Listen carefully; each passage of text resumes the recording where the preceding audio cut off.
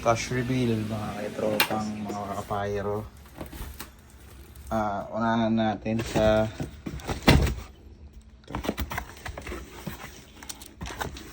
meron ako dito ng 36 shots ng D-Ray, Dragon Ray of Lights. Tapos dalawang Renlin regular 1K kasi ilalim isa. Nabili ko yan yung December 3. Solid. Then ito green light regular 1K rounds. Sabay nito dito. Sabay. Then ito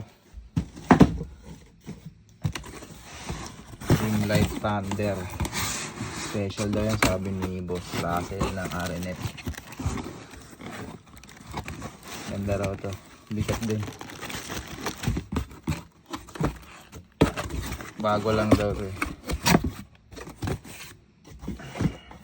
Next is ito mga fountain. Kumuha ko ng Mount Everest 5-6 to, kaya lang nagamit ko ng Pasko yung isa. Dalawang Fountain of Youth, tatlong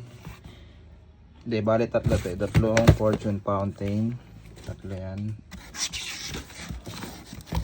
Phoenix regular Thunder, isang Prim, yung sa ginamit sa business namin sa Fishport. Then dalawang Harley Quinn. Tapos